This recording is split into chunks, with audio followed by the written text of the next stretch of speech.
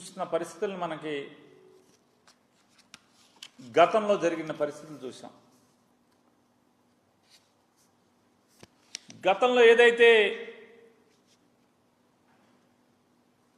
హింస, మరీ ప్రత్యేకించి రాజకీయ హింస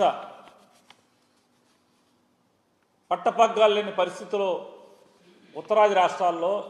ఎక్కడెక్కడైతే జరిగినాయో ఇవాళ ఆ రాష్ట్రాలు కూడా చాలా బాగుపడినాయి. ఆ పాత సంఘటనల్ని, నేర సంఘటనల, రాజకీయ నేర సంఘటనలన్నీ కూడా మళ్ళీ మనకి కళ్ళకు కట్టినట్టుగా ఇవాళ చంద్రబాబు నాయుడు గారు, పవన్ కళ్యాణ్ గారు, మోడీ గారు ముగ్గురి కూటమి ప్రభుత్వం వాళ్ళ ఆంధ్రప్రదేశ్ రాష్ట్రంలో మళ్ళీ మన కళ్ళకు కట్టినట్టుగా చూపిస్తున్న పరిస్థితులు చూస్తుంటే రోజు రోజుకి హింసని రెట్టింపు చేస్తూ